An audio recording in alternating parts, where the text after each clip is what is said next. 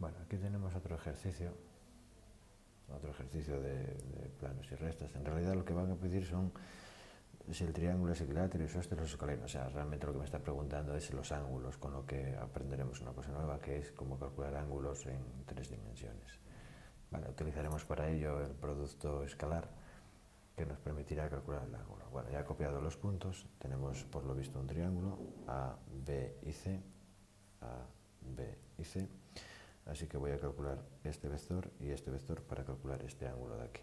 Bueno, entonces el primer vector V, W. El primer vector V será B menos A. Siempre es extremo menos origen. La mayoría de las veces da exactamente igual, pero ya que lo hemos colocado así, hagámoslo bien. Extremo menos origen. 3 menos 1 son 2, 1 menos 3 son menos 2 y 0 menos menos 1 es 1. El vector W será también extremo menos origen, 2 menos 1 que es 1, 5 menos 3 que son 2 y 1 menos menos 1 que también son 2. Vale. Ya tenemos los dos vectores.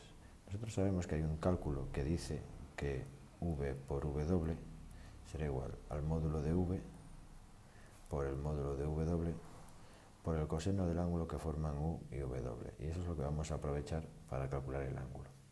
¿Por qué? Porque U por V, o sea, V por W en este caso, se calculará multiplicando la coordenada X de U por la coordenada X de W, la coordenada Y de U por la coordenada Y de W, la coordenada Z de U por la coordenada Z de W. Vale, eso nos dará este número. Estos dos los podemos calcular nosotros mismos y podremos despejar el coseno del ángulo.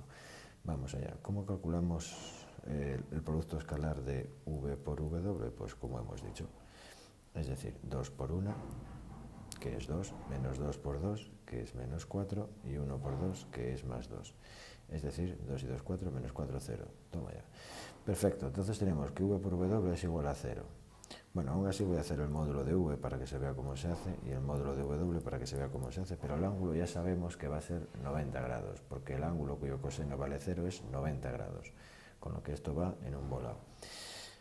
Raíz cuadrada de las coordenadas al cuadrado, 2 al cuadrado, más menos 2 al cuadrado, más 1 al cuadrado, 4 y 4, 8 y 1, 9, raíz de 9, es decir, el módulo de este vector es 3, el de este será 1 al cuadrado, más 2 al cuadrado, más 2 al cuadrado, 4 y 4, 8 y 1 también son 9, el módulo también es 3, con lo que entonces tendremos que 0 será igual a 3 por el coseno del ángulo que forman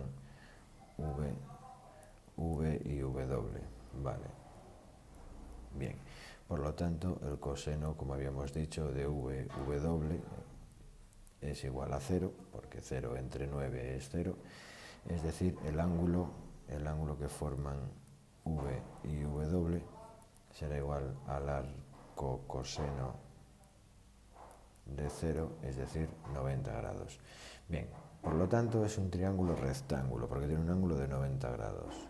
No solo eso, sino que además de ser rectángulo, como los módulos de este vector y este vector son iguales, encima del rectángulo es también isósceles.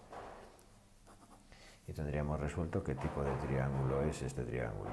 Vale, dice obtener las medidas de los tres ángulos. Sabemos que es isósceles, por lo tanto, los tres ángulos, por ser isósceles, tiene dos lados iguales, isósceles,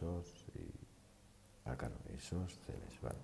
Por ser isósceles resulta que tendrá un 3, otro 3 y tendremos aquí esto de aquí, este ángulo es de 90 grados, estos dos ángulos son iguales, los tres ángulos de un triángulo suman 180, por lo tanto 180 menos 90 me da 90, que es lo que tengo que repartir entre estos dos, y como son iguales, 90 entre 2, 45. Ni siquiera he tenido que volver a utilizar esa fórmula que era lo que pensaba que íbamos a tener que hacer. Bueno, y aquí se acabó este problema, que es realmente sencillo, y nos dan 2 puntos por él.